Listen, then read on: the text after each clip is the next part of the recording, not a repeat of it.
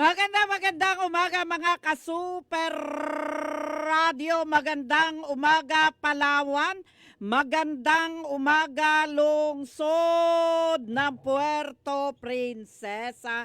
Narito na naman po tayo mga ka-super radio. Sama-sama na naman po tayo hanggang alas 11:30 ng umaga.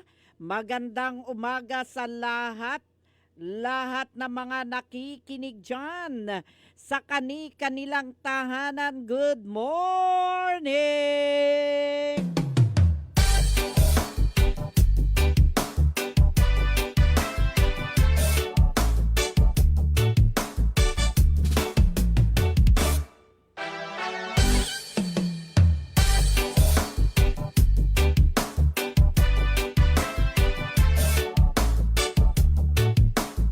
Sa mga kababaihan at kalalakihan, good morning! Kamusta kayo ngayon ay araw ng Biyernes?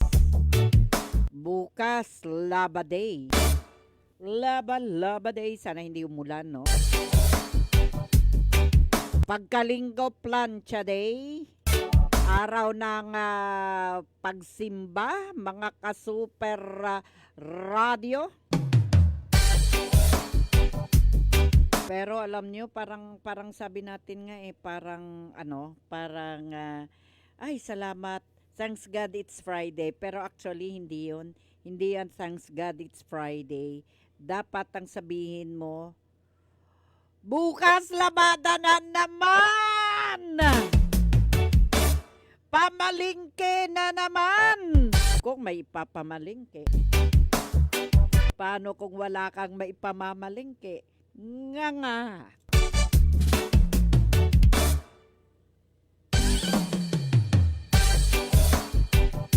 Alam niyo mga ka-super radio,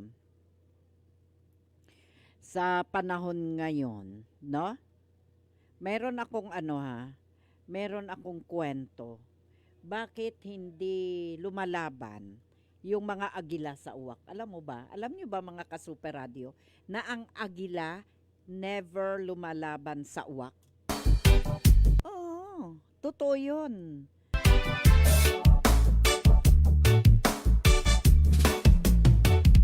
Ang kaisa-isang hayop na kayang umatake sa agila ay ang uwak. Alam niyo ba yon? Ano ba yung sekreto, no? Bakit hindi lumalaban ang agila sa uwak? Na ang liit naman ng uwak, ang laki ng agila.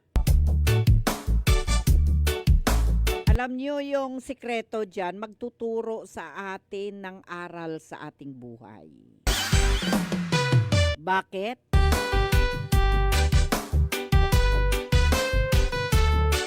Ito yung kwento ko. Alam niyo yung uwak, matapang yan na nakaupo sa likod ng agila.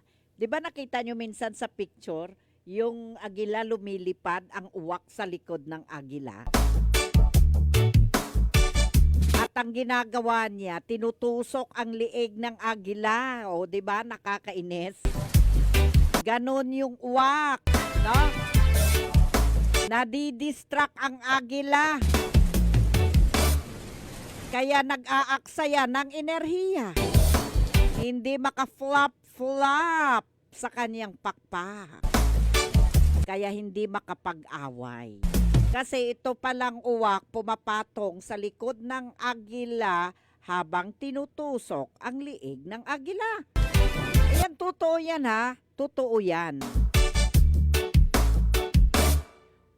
Hindi naghihigante yung agila. No? Ito ay imbes na maghigante, pumipili siya ng isang bagay. Ang ginagawa niya, lumilipad siya ng pataas, ng pataas, ng pataas, ng pataas. Kasi alam niyo kung bakit? Mas mataas, no? Mas lalong aalis ang kaaway ng agila.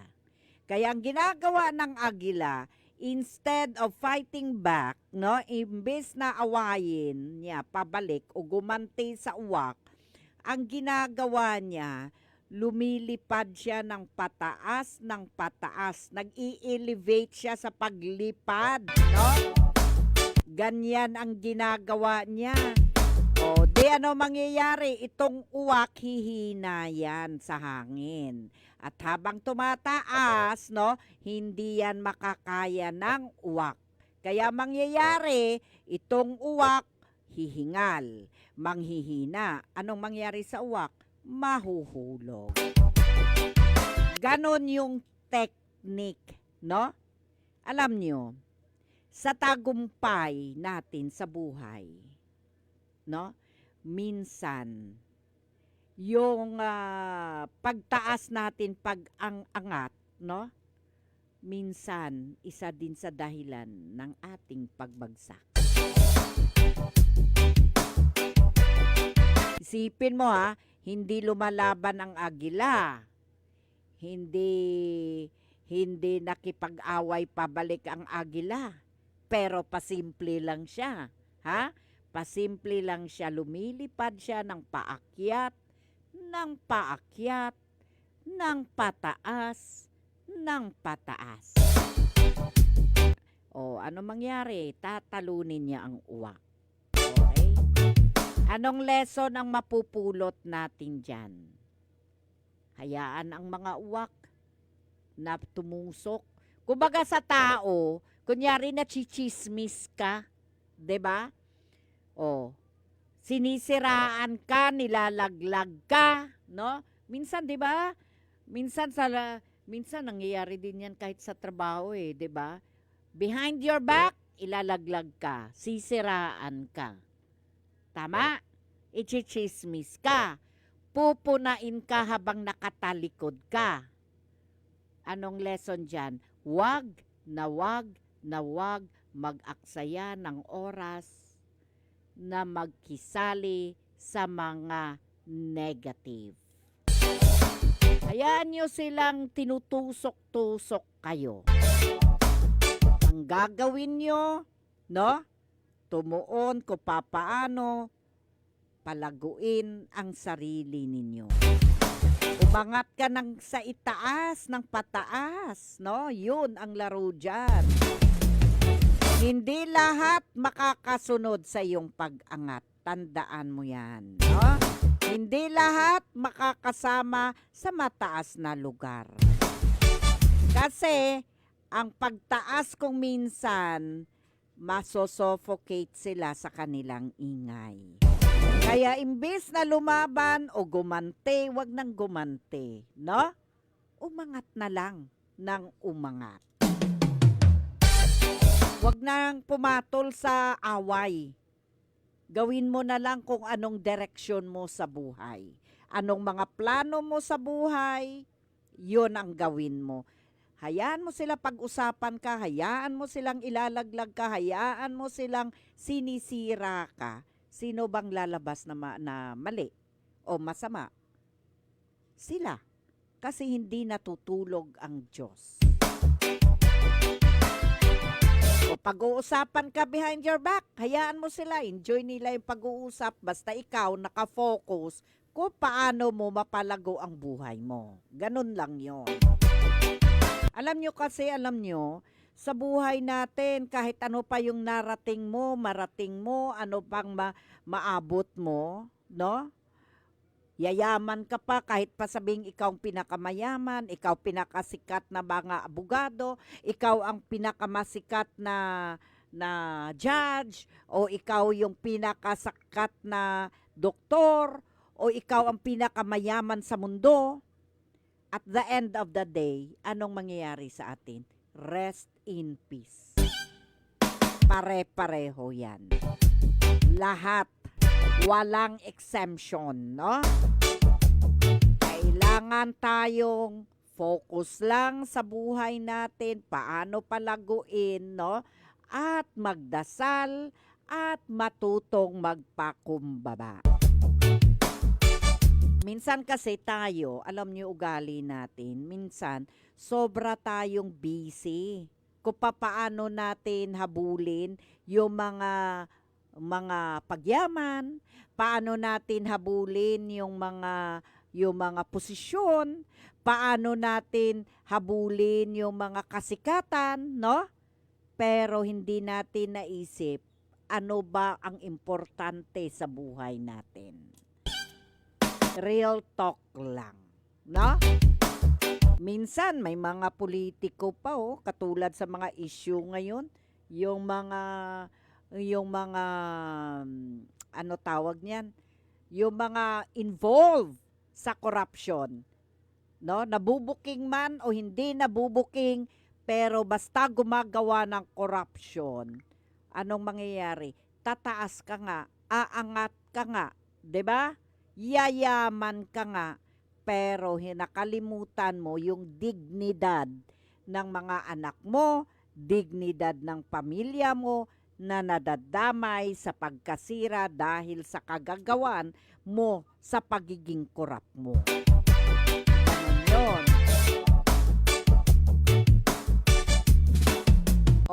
Anong kalalabasan?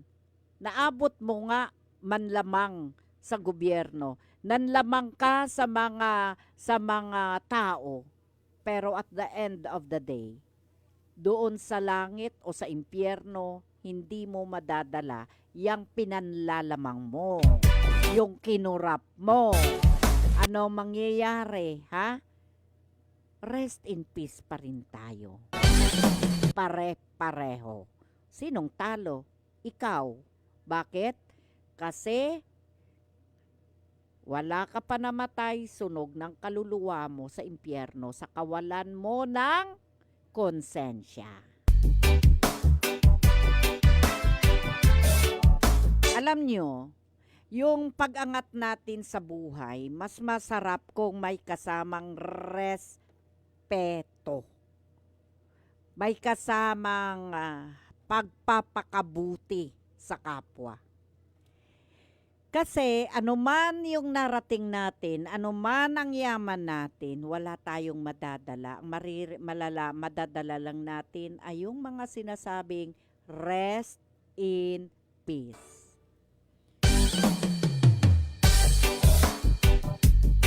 Tapos ang maalala lang sa iyo, paano ka magtrato sa tao. Ayan, si ganyan, mauyan. Yan ang maalala sa iyo. O di kaya yan, kawatan yan. Alam mo siya, yun yung ganun diba? Ayan, si Kwan yan, ganun yun. Negative man o positive, yun ang maalala sa iyo. Hindi yung dahil marami ang pera mo sa bangko, o hindi yung dahil sumikat ka, hindi yung dahil powerful ka. Paano ka makitungo sa kapwa mo? Yun ang tatata. Kasi alam mo, ang bawat tao sa buhay, may kanya-kanyang challenge yan sa buhay. Okay? May kanya-kanyang kwento, no? Hindi lahat ng mga mahirap, problemado, no? Maraming mahirap, hirap sa material na bagay, pero masaya. Maraming mayaman, puno ng material na bagay, pero problemado. Kaya wag natin ikumpara yung buhay natin. Minsan may nagsasabi, buti ka pa ikaw, may ganyan ka, buti ka pa, umasenso. Karamihan kasi sa atin ang mali. Binabase natin yung asenso ng tao kung anong merong material siya. Hindi. Ibabase mo yung pag-asenso ng tao kung siya ay may satisfaction sa buhay niya. No? Kaya habang tayo'y may hininga pa, habang tayo ay may pag-asa pa, no? Huwag tayo magkimkim ng galit, ha? Magmahalan tayo. Okay? Kasi mas pangit mahirap kapag ang puso mo punong-puno ng galit. Tapos pagdating ng araw, pagsisihan mo lang. Alam mo, sa mata ng Diyos,